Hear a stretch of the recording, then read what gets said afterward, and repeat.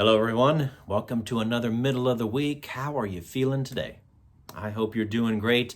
Hope you're being blessed. Hope you're having a wonderful spring week.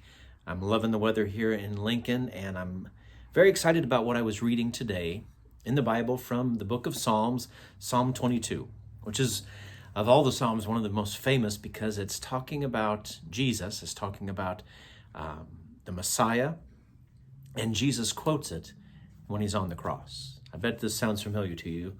Psalm 22, verse 1 begins, it's a Psalm of David, and he writes, my God, why have you forsaken me?"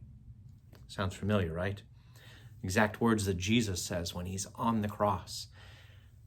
Of course, he was feeling separated from God, and he chooses to use these words from this song that I'm sure he knew. And it's just a powerful song about his feeling rejected, just left all alone. It continues and says, "Why are you so far from helping me? And from the words of my groaning, oh my God, I cry in the daytime, but you do not hear, and in the night season, and am not silent.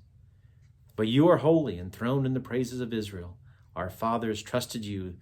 They trusted and you delivered them. They cried to you and you delivered. And they trusted in you and were not ashamed." But then he says, "But I am a worm and no man, a reproach of men and despised by the people. All those who see me ridicule me. They shoot out the lip. They shake their heads, saying, he trusted in the Lord. Let him rescue him." Again, words that we hear when we read through the story of Jesus on the cross. What was said to him? He trusted God. Let him save him now. The next part, let him deliver him since he delights in him. So just a powerful verse, a powerful psalm. I'd encourage you to read it.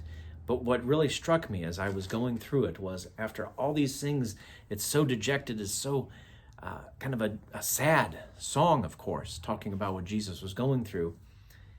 And then in verse 21, or I'll start in verse 20. "Deliver me from the sword, my precious life from the power of the dog. Save me from the lion's mouth and from the horns of the wild oxen."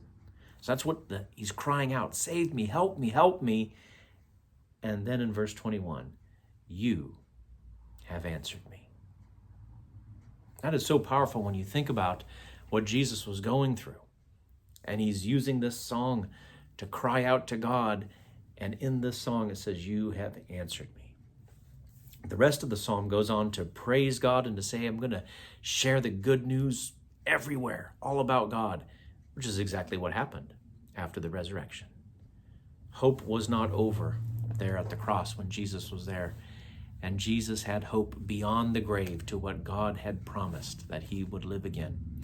This is the hope we have today, friends. So when you're going through a hard time, when you feel like a worm rejected by men, when everything feels lost and hopeless, remember that Jesus knew that God was still hearing him and he would answer. He'll answer us too. That's just what I wanted to encourage you with this week. I hope you have a great rest of your week. I hope you'll join us for our worship this coming Saturday. We're going to be having Bible study time at 9:30 here at Piedmont Park, and then worship service at 11. Those will both be online as well as in person. We're also going to be having a camp out this coming weekend at Woodland Acres, and so you've got myriad of choices to worship with us, and we hope that you will.